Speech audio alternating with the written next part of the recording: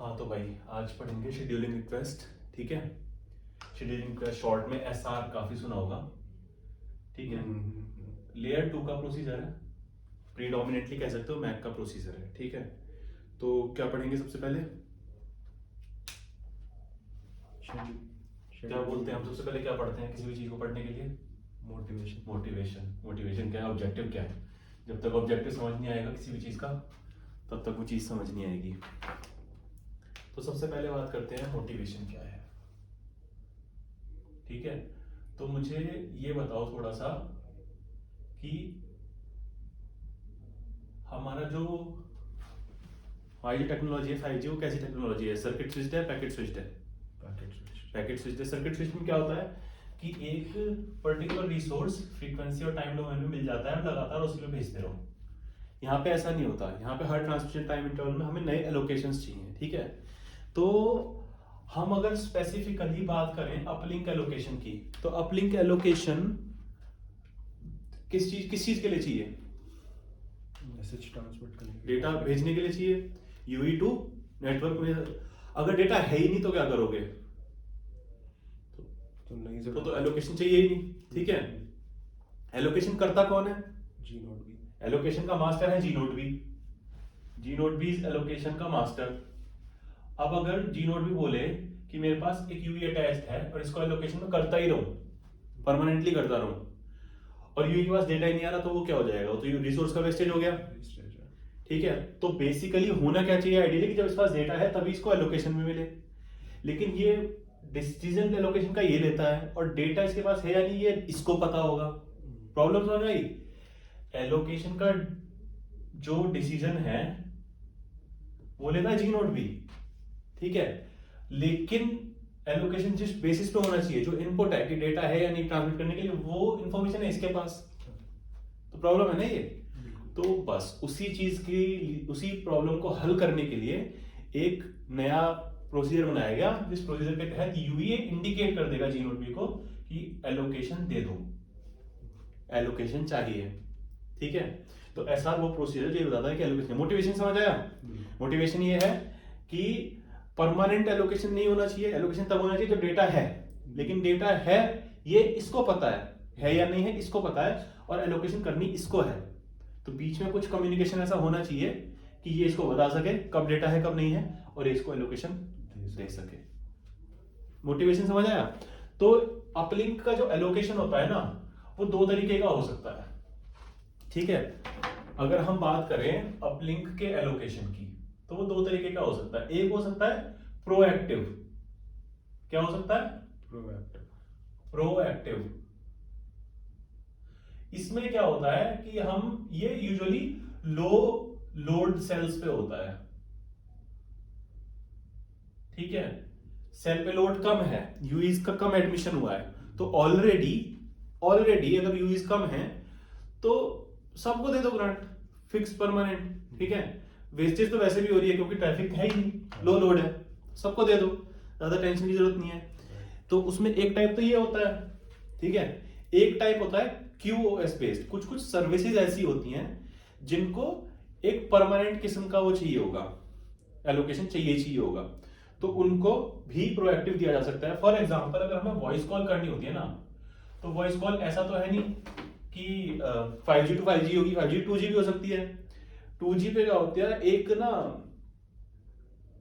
एक वहां पे कंस्ट्रेंट होता है कि हर 320 मिली सेकेंड में उसको पैकेट चाहिए होता है। ये आई एम नॉट श्योर, गलत भी हो सकता है, शायद 260 था या 320 कुछ था ऐसा। तो MSC एक होता है वहां पे नोट कि MSC को इतने पे पैकेट चाहिए ही चाहिए, आई थिंक 260 होता है, इतने में चाहिए ही चाहिए। तो उसके साथ कंपैटिबिलिटी रखने के लिए भी हमें ऐसा करना हो, तो उस केस में क्या होता है, यहाँ पे दो प्रोसेसेस होती हैं, दो QoS होते हैं इसमें 5G में, जिसके तहत डाउनलिंक में भी हम एक ऐसा वो करते हैं लोकेशन जो परसिस्ट करता है लगातार, उसको बोलते हैं सेमी परसिस्टेंट शेड्यूलिंग। और अपलिंक में, हम तो अपलिंक की बात कर रहे हैं तो इसकी बात नहीं करेंगे, अपलिंक में उसी को बोलते हैं कॉन्फ़िगर्ड ग्रांट, या कहीं कहीं पर मैंने देखा है इसके लिए वर्ड यूज होता है TWG, ट्रांसमिशन विदाउट ग्रांट। ठीक है, तो ये होते हैं प्रोएक्टिव कि पहले से ही एलोकेशन कर दिया, फिक्स है। ठीक है, इसमें क्या होता है कि एक बार कर देते हैं, एक बार बता देते हैं कि हम इसी को यूज करते रहना इस पीरियोडिसिटी के साथ, इसमें लगातार देते रहते हैं एलोकेशन। ठीक है, इसमें ये नहीं देखते कि यूई के पास लोड है या नहीं है। दूसरा जो होता है वो होता है थोड़ा लॉजिकल। ठीक है, ये होता है, ये प्रोएक्टिव नहीं होता, ये होता है नीड बेसिस।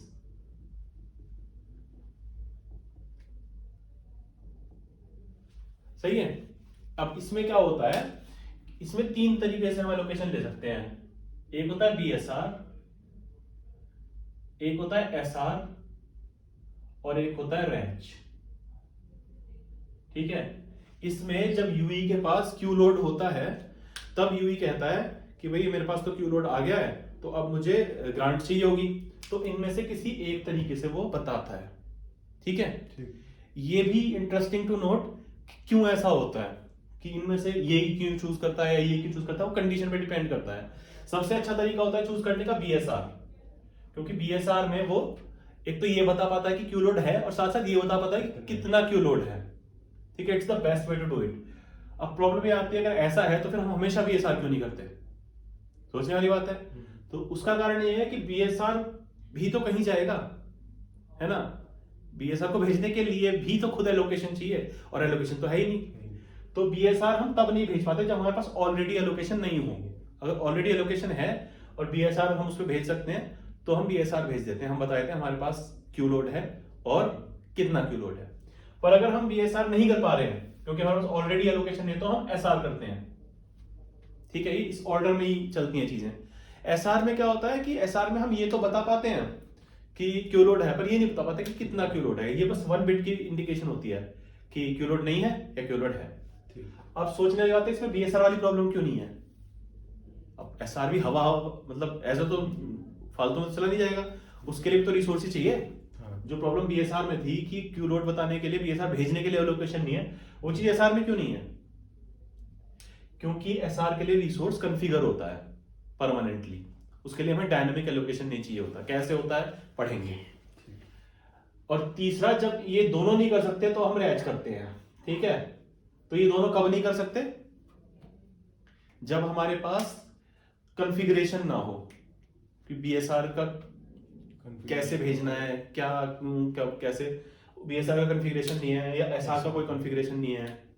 जब ये दोनों कॉन्फ़िगरेशन हमारे पास नहीं होते तब रैच का यूज किया जाता है। फॉर एग्जांपल कि इनिशियल अटैच एसआर और बीएसआर का कॉन्फ़िगरेशन तो आरआरसी सेटअप के बाद आएगा ना। Similarly for example UL sync loss में सबसे पहले क्या करते हैं, हम कॉन्फ़िगरेशन रिलीज करते हैं। ठीक है, तो आरआरसी रीएस्टैब्लिशमेंट के लिए क्या भेजना पड़ता है, रैच। क्यों, क्योंकि ये तो यूएल तो सिंक लॉस ही हो गया, तो इसका मतलब कॉन्फ़िगरेशन हमारे किसी काम का नहीं, कॉन्फ़िगरेशन हमने रिलीज कर दिया है। ठीक है, तो बीएसआर सबसे बढ़िया तरीका है क्योंकि ये बताता है क्यू लोड है और कितना क्यू लोड है। एसआर सेकंड बेस्ट क्योंकि ये बताता है कि क्यू लोड है। ठीक है, और डेडिकेटेडली अलोकेटेड पीयूसीसीएच रिसोर्स पे जाता है, तो इट्स बेटर। रैच इन तीनों में वर्स्ट है क्योंकि रैच शेयर्ड उस पे जाता है, रिसोर्सेज पे जाता है, तो कंटेंशन के चांसेस वहां पे होते हैं। पर जब इन दोनों को नहीं कर पाएंगे तो रैच करेंगे। इतना समझ आ रहा है, एलोकेशंस के बारे में समझ आ गया क्या आगे क्या नहीं। ठीक है, इसके बाद हम पढ़ते हैं डेडिकेटेडली आज एसआर के बारे में। हमने बात कर ली किस किस तरीके के एलोकेशंस हो सकते हैं। नेक्स्ट टाइम हम बीएसआर पढ़ेंगे, एक्चुअली प्लान्ड है ऑलरेडी। तो अभी बात कर लेते हैं इसकी। तो एसआर प्रोसीजर क्या होगी, कि ऐसी मैकेनिज्म होगी जो जीनोड को बताती है कि हमें अपलिंक में वो चाहिए। ठीक है, अब सबसे इंपॉर्टेंट चीज की कैसे बताएगा। एसआर ये कह रहा है कि I need resources in UL, और ये बता कब रहा, किस पे रहा है। तो अपलिंक की जो रिसोर्स ग्रिड होती है उस पे पीयूसीसी चैनल होगा कहीं पे, तो पीयूसीसी चैनल एक पर्टिकुलर पीरियोडिसिटी के साथ इसको असाइन होता है इस चीज के लिए, एसआर भेजने के लिए। तो वो वहां पे एसआर भेज देगा अपनी और बता देगा कि भाई अगर एसआर की वैल्यू बिट अगर नहीं है कि तो वो 0 जाती रहेगी, अगर है तो वो 1 चली जाएगी, मतलब कि मुझे एलोकेशन चाहिए। और उसके बदले में जो भी इंप्लीमेंटेशन होगी जीनोड पे कि भाई अगर ऐसा आता है तो हम इतनी वो दे देते हैं। ठीक है, ग्रांट दे देते हैं। ठीक है, और एसआर के बदले में क्या होना चाहिए। अब एसआर दो तरीके से इंप्लीमेंट हो सकती है। कि ये मान लीजिए ये टाइम था, दिस इज टाइम एक्सिस, सही है। तो इस पे कहीं कहीं एसआर के ओकेजन्स होंगे। मान लिया ये एक एसआर का ओकेजन है, मान लिया ये दूसरा एसआर का ओकेजन है, मान लिया तीसरा एसआर का ओकेजन है, मान लिया चौथा एसआर का ओकेजन है। ऐसे चल रहा था। यहाँ पर कहीं कोई डेटा नहीं आ रहा था, तो ये सब खाली पड़ा था, तो यहाँ पे जीरो जा रही थी एसआर वगैरह वगैरह। यहाँ पे अचानक से अपलिंक के बफर्स फिल होने शुरू हुए, लोड आया क्यू का, ठीक है। तो यूई क्या करेगा, इस वाली उस पे अब एसआर ट्रिगर कर देगा, तो यहाँ पे एसआर सेंड, ठीक है। और उसके बाद इन फ्यूचर कहीं पे जो है पीडीसीसीएच को मॉनिटर करेगा, एसआर भेजा है तो अपलिंक का ग्रांट आना चाहिए, तो कहीं पे उसका यूएल के लिए डीसीआई आएगा, ठीक है। जब डीसीआई आ जाएगा तो वो इस एसआर को कैंसिल कर देगा कि भाई ये एसआर मेरी, इसका पर्पस सॉल्व हो गया। और उसके बाद जब यूएल का डीसीआई आया है तो जो भी वैल्यू होगी ना ऑफसेट की यूएल डीसीआई की कितने बार भेजते हैं, वो वैल्यूज होती है ना K0 K1 K2 वगैरह उनमें से, तो उसके बाद वो यहाँ पे क्या भेजेगा, दो में से एक चीज भेजेगा। या तो वो अपने बफर खाली कर देगा यहाँ पे कि भाई जितनी चाहिए थी उतनी आ गई, ग्रांट भेज दिया डेटा। अगर उतनी ग्रांट नहीं आई है तो वो बीएसआर भेज सकता है यहाँ पे।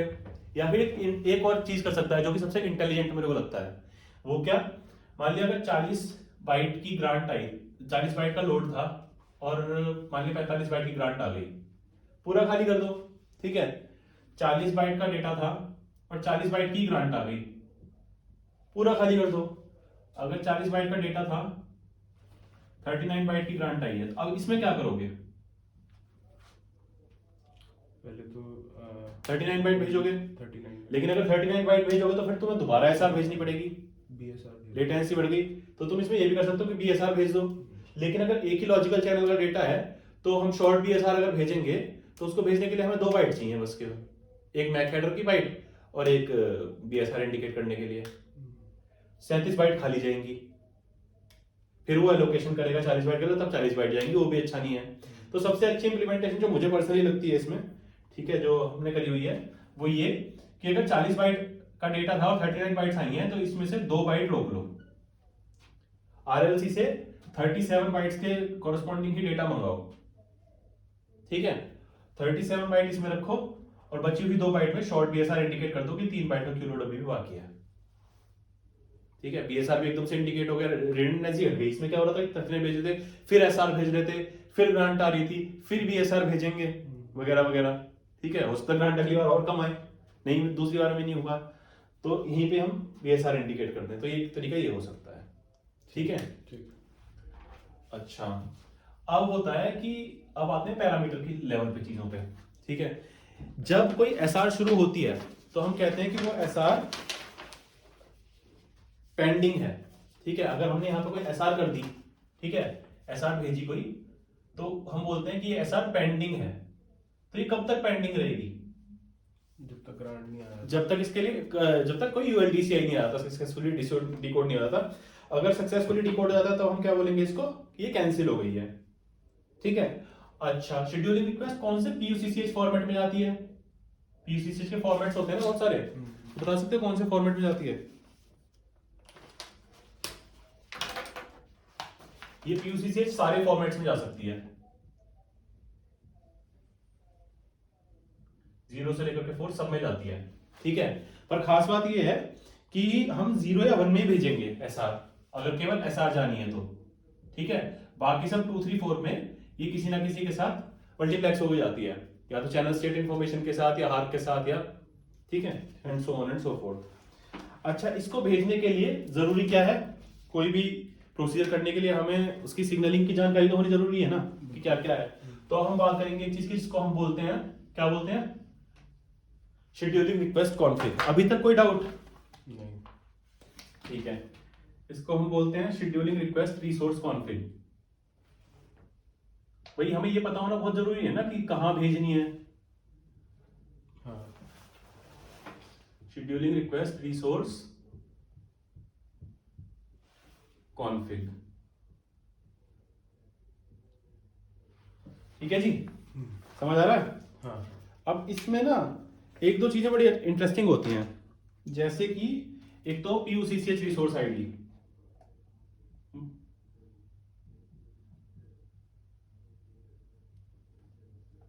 ठीक है, इसमें एक आईडी होती है, एक नंबर होता है। जब PUCCH का कॉन्फ़िग आता है ना RRC में, तो उसमें डिफरेंट डिफरेंट आईडीज के कॉरेस्पॉन्डिंग PUCCH के रिसोर्स लिखे होते हैं। ठीक है, कि भाई जैसे आया होगा वो RRC में आया होगा, तो उसमें होगी ID 0 1 2 4 और उसके अंदर कॉन्फ़िग होते हैं। तो यहाँ पे ना बस वो ये वाली आईडी इंडिकेट कर देता है, ये जो है ये वाली आईडी इंडिकेट कर देगा, और वहां से वो PUCCH का रिसोर्स का कॉन्फ़िगरेशन उठा लेगा। तो अब हमें फ्रीक्वेंसी डोमेन में पता लग गया SR कहाँ भेजनी है। अभी क्या नहीं पता लगा है, टाइम। टाइम डोमेन में कहाँ भेजनी है ये अभी नहीं पता लगा। ठीक है, तो उसके लिए एक चीज होती है फ्रीक्वेंसी एंड ऑफसेट। ठीक है, फ्रीक्वेंसी एंड ऑफसेट वो भी इसी में ही होता है। क्या होता है? Frequency and offset. Frequency and offset, sorry periodicity and offset, periodicity and offset. ठीक है, ऑफसेट बेसिकली देखो नाम से ही अब चीज है ना, थोड़ा सा आइडिया भी लगाना शुरू हो गया, नाम से पता लग रहा है पीरियोडिसिटी और ऑफसेट। ऑफसेट मतलब कि ये पहला रिसोर्स डिसाइड करने के लिए कि जब पहली बार भेजेंगे तो कहां भेजेंगे, और पीरियोडिसिटी फिर उसका पीरियोडिसिटी लगा के भेजते रहो। ठीक है, सिंपल सी वही चीज है। तो इसकी जो पार्सिंग होती है ना पीरियोडिसिटी एंड ऑफसेट की, ये इसमें दो चीजें होती हैं, इसमें पीरियोडिसिटी भी होता है और इसमें ऑफसेट भी होता है। और इसकी जो पार्सिंग होती है वो 3 डिफरेंट तरीके से होती है बेसिस ऑन कि क्या पीरियोडिसिटी है। ठीक है, और ये क्या होती है ना, पीरियोडिसिटी के कुछ कुछ सेट्स होते हैं जो अलाउड होते हैं पर न्यूमरोलॉजी। 15 के लिए कुछ different set of periodicity and offset होंगे जो अलाउड होंगे, 30 के लिए कुछ अलग होंगे। ठीक है, तो ऐसा नहीं है कि 15 पे जो जो अलाउड है वो 30 पे भी अलाउड हो, तो ये ध्यान में रखने वाली एक बात हो जाती है। ठीक है, उसके बाद अगर SR की पीरियोडिसिटी जो है वो अगर लेस देन 1 स्लॉट है, ठीक है, ये बस ये अगले 5 मिनट सबसे ज्यादा इंपॉर्टेंट है। ठीक है, SR को समझने के लिए। ठीक है, पहला केस कि SR की पीरियोडिसिटी जो है वो लेस देन 1 स्लॉट है। ठीक है, इसमें 2 ऑप्शन होते हैं, 2 सिंबल या 7 सिंबल, कुछ इस तरीके का होता है। ठीक है, तो इसमें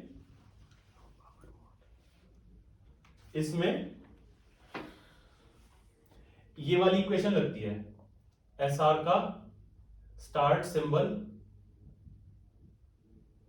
माइनस PUCCH का स्टार्ट सिंबल मॉड्यूलो SR की पीरियोडिसिटी। ठीक है, और फिर इस पूरे का मॉड्यूलो SR की पीरियोडिसिटी इक्वल टू 0। ठीक है, ठीक है, इससे हम निकालेंगे कि SR की मतलब स्टार्ट कहां पे हमें लेना है अगर SR भेजना है तो इसमें क्या होता है, पीरियोडिसिटी तो तुम्हें पता ही है। ठीक है, ये भी पीरियोडिसिटी तो सेम ही है, ये तो दोनों पता है। ये जो है ये कॉन्फ़िगरेशन से आता है एक पैरामीटर जिसका नाम होता है स्टार्टिंग सिंबल इंडेक्स।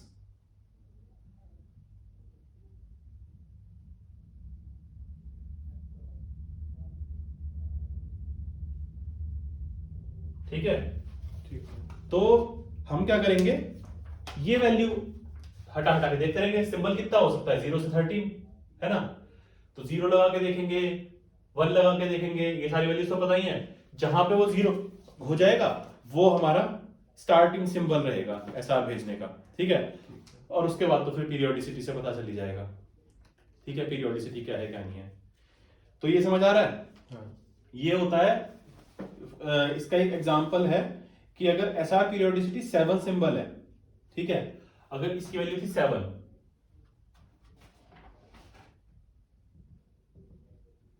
मान लो 7 थी, और स्टार्ट सिंबल जो है ये वाली, इसकी वैल्यू थी क्या, इसकी वैल्यू मान लो 4 थी।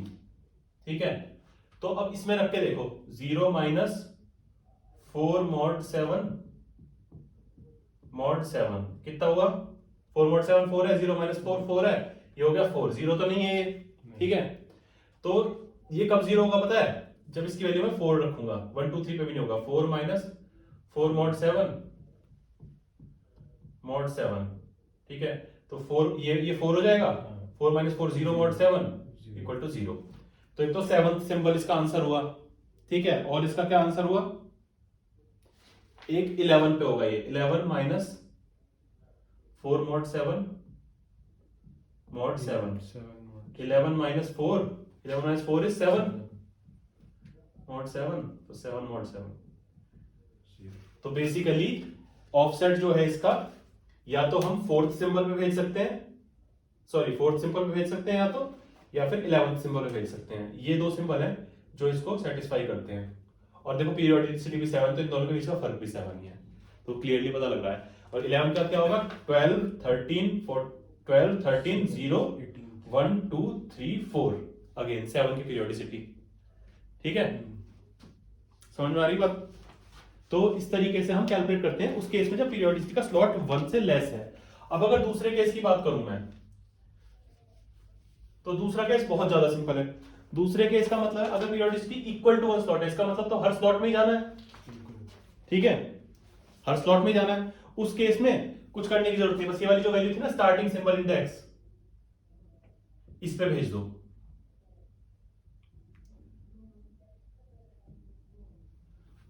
हर स्लॉट में, क्योंकि पीरियोडिसिटी 1 स्लॉट है, हर स्लॉट में इस पे भेज दो, ठीक है। ये इसकी कोई जरूरत ही नहीं पड़ती, ठीक है। और एक केस थर्ड है, ये था केस सेकंड, और एक केस थर्ड है जिसमें ग्रेटर देन 1 स्लॉट हो जाती है ऐसा। तो उसमें फिर हम हर स्लॉट, पहले तो हर स्लॉट के अंदर जा रही थी पहले केस में, क्योंकि जो पीरियोडिसिटी थी वो स्लॉट से भी छोटी थी, स्लॉट में कई बार जा सकती है। एक एग्जांपल देखा, स्लॉट में 2 बार जा रही थी, दूसरे में हर स्लॉट में जा रही थी। तो अभी तक सिस्टम फ्रेम का कॉन्सेप्ट नहीं आया। अब हम कह रहे हैं कि हर स्लॉट में नहीं जाएगी, तो अब सिस्टम फ्रेम का भी कॉन्सेप्ट आ जाएगा। भाई बहुत बड़ी वो लगा दी अगर पीरियोडिसिटी, तो हो सकता है कि हर फ्रेम में ही ना जाए, है ना। तो उस केस में एक नई इक्वेशन इसके लिए बन जाती है, उसमें हमें ना फिर 2 चीजें कैलकुलेट करनी पड़ती हैं, ठीक है। और ये थोड़ा सा होमवर्क टाइप का समझ लेना इसको। इसमें एसएफएम भी हम रखेंगे, फिर number of slots per frame, ये चेंज होगा न्यूमरोलॉजी के साथ, ठीक है। प्लस एसआर का स्लॉट, ये भी कैलकुलेट करना है हमें, ठीक है। माइनस एसआर ऑफसेट, ये हमें यहां से मिला होगा, ठीक है। अभी तक तुमने देखा होगा कि पिछले केस में हम केवल उसकी बात कर रहे थे, पीरियोडिसिटी का यूज कर रहे थे, ऑफसेट का हमने यूज नहीं किया था अपॉर्चुनिटी निकालने के लिए। अब की बार ऑफसेट की जरूरत इसमें पड़ती है, ठीक है। और ये होता है मॉड पीरियोडिसिटी,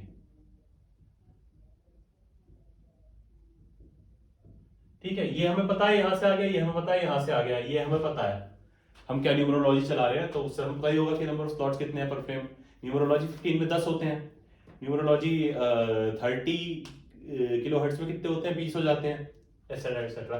तो इसके डिफरेंट डिफरेंट कॉम्बिनेशंस, एसएफएन और स्लॉट के डिफरेंट डिफरेंट कॉम्बिनेशंस लगा के हम करते रहेंगे जब तक ये इक्वेशन 0 नहीं हो जाए तब तक, ठीक है।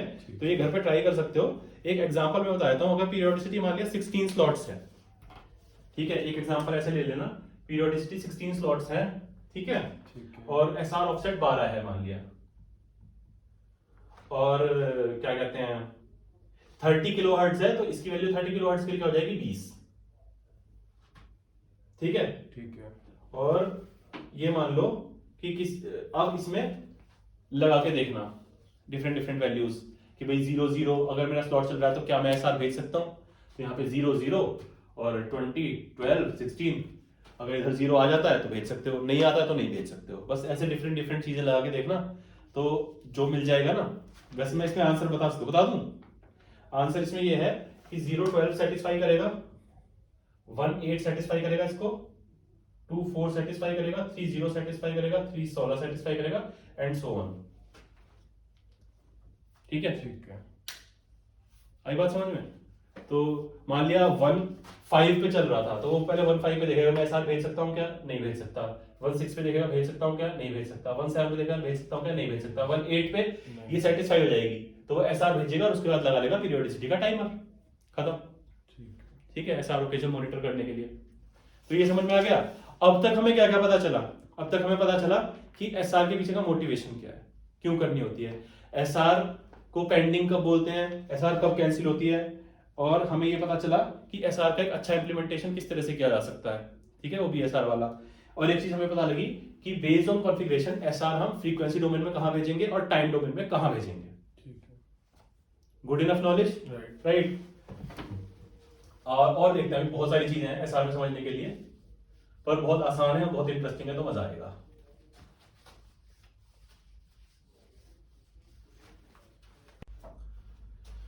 हाँ तो भाई अभी तक हमें क्या पता चल गया है कि एसआर क्या होता है, ठीक है, मोटिवेशन क्या है, क्यों करते हैं, किस तरीके से टॉप लेवल पे काम करता है, पेंडिंग कब तक कही जाएगी एसआर, और क्या कहते हैं कि वो कैंसल्ड कब हो जाएगी एसआर, और एसआर कहाँ पे भेजनी है, फ्रीक्वेंसी डोमेन में और टाइम डोमेन में। इतना पता लग गया है।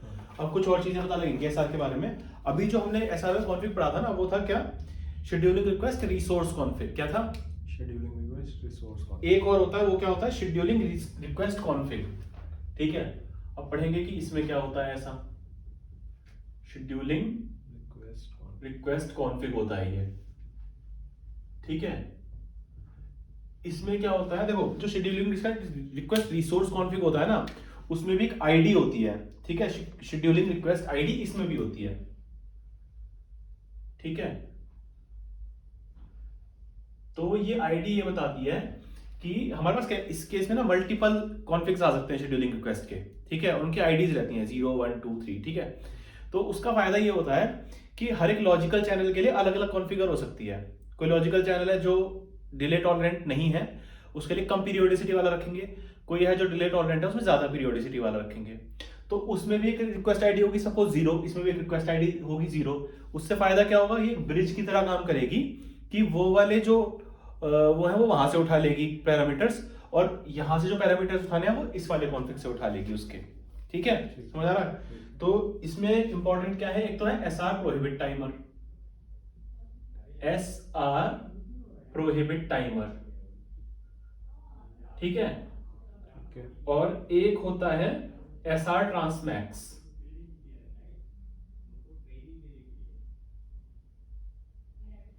ठीक है। अब हम समझेंगे कि ये क्या होते हैं, क्यों होते हैं, ठीक है। देखो एसआर प्रोहिबिट टाइमर क्या होता है ना, कि कई बार ऐसा हो सकता है कि जो हमारा जीनोड भी है वो काफी बिजी है, ठीक है, इतना खाली नहीं है। तो ऐसा हो सकता है कि ओरिजिनली ये टाइमलाइन अगर थी तो ये एक एसआर ओकेजन था जहां पे हमने एसआर भेज दी, फिर ये दूसरा एसआर ओकेजन है, ठीक है। और यहां पर पहुंचने तक हमारे पास यूएलटीसीआई नहीं आया है, ठीक है। तो हम दोबारा भेजेंगे, ठीक है, फिर यहां पे भेजेंगे। तो कई बार क्या होता है कि सिस्टम पहले ही कहता है कि यार तुम हर ओकेजन पे एसआर मत भेजना, ठीक है। एसआर भेज के थोड़ी देर रुको क्योंकि मुझे टाइम लगेगा देने में, ठीक है। मेरी इंप्लीमेंटेशन इस तरीके की है, मेरी यानी कि जीनोड भी की इंप्लीमेंटेशन इस तरीके की है कि थोड़ा टाइम लेता हूं मैं। तो वो ये कहता है कि एसआर के बाद तो टाइमर चलाओ यहां पे, उस टाइमर का नाम है प्रोहिबिट, और जब तक ये टाइमर चल रहा है तब तक दोबारा एसआर मत भेजो, ठीक है। तो अगर यहाँ पे यूएलटीसीआई नहीं मिला है तो वो यहाँ पे नहीं भेजेगा, यहाँ पे नहीं मिला है तो भी नहीं भेजेगा। इसके बाद यहाँ पे वो एसआर दोबारा भेज देगा अगर जब ओकेजन आएगा। हाँ, जब ओकेजन आएगा दोबारा। इसके बाद अगर यूएलटीसीआई नहीं आया है तो, बात समझ में आई? तो प्रोहिबिट टाइमर सक्सेसिव बार बार जो एसआर हम भेजते हैं ना, उसको कुछ टाइम तक रोकने के लिए कि भेज के थोड़ा रुको, हर ओकेजन पे मत भेजो। प्रोहिबिट टाइमर समझ आया?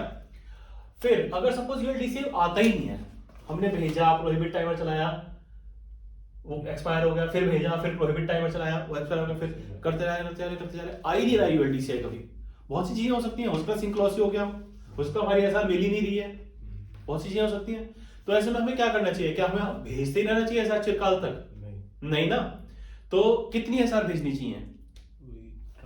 एसआर ट्रांसमैक्स, वो ये नंबर बता देगा। ये टाइमर है मिलीसेकंड में और ये सिंपली एक नंबर है, ठीक है। इसकी कुछ स्पेसिफिक वैल्यूज होती हैं, आप स्पेक से देख सकते हो। तो एसआर ट्रांसमैक्स को जब हमारे काउंटर जो है एसआर के वो रीच कर जाएंगे तो उसके बाद फिर होना क्या चाहिए, क्या होना चाहिए? खूब सारे एसआर भेज दिए, फिर रिलीज हो जाएगा। जवाब ही नहीं आ रहा, क्या रिलीज होगा? तो जब हमने बहुत सारे एसआर ट्रांस भेज दिए ना, और एसआर के जो हमारा काउंटर है वो एसआर ट्रांसमैक्स को टच कर गया, इसका मतलब हम ये मान के चल लेंगे कि हमारा यूएल सिंक लॉस हो गया है। एज ए यूई हम ये मान के चल लेंगे कि हमारा सिंक लॉस हो गया। भाई हम अपर लेयर्स को ये बता देंगे कि हम PUCCH बता देंगे कि सिंक लॉस है, ठीक है। तो अपर लेयर्स फिर उसके कॉरस्पॉन्डिंग जो भी करना होगा प्रोसेस वो इनिशिएट कर देंगी, आरआरसी रिकॉन्फ़िगरेशन, आरआरसी रीएस्टैब्लिशमेंट वगैरह, और लोअर लेयर को बोल देंगे कि PUCCH का और SRS का कॉन्फ़िग रिलीज कर दो, ठीक है। समझ में आया सब कुछ?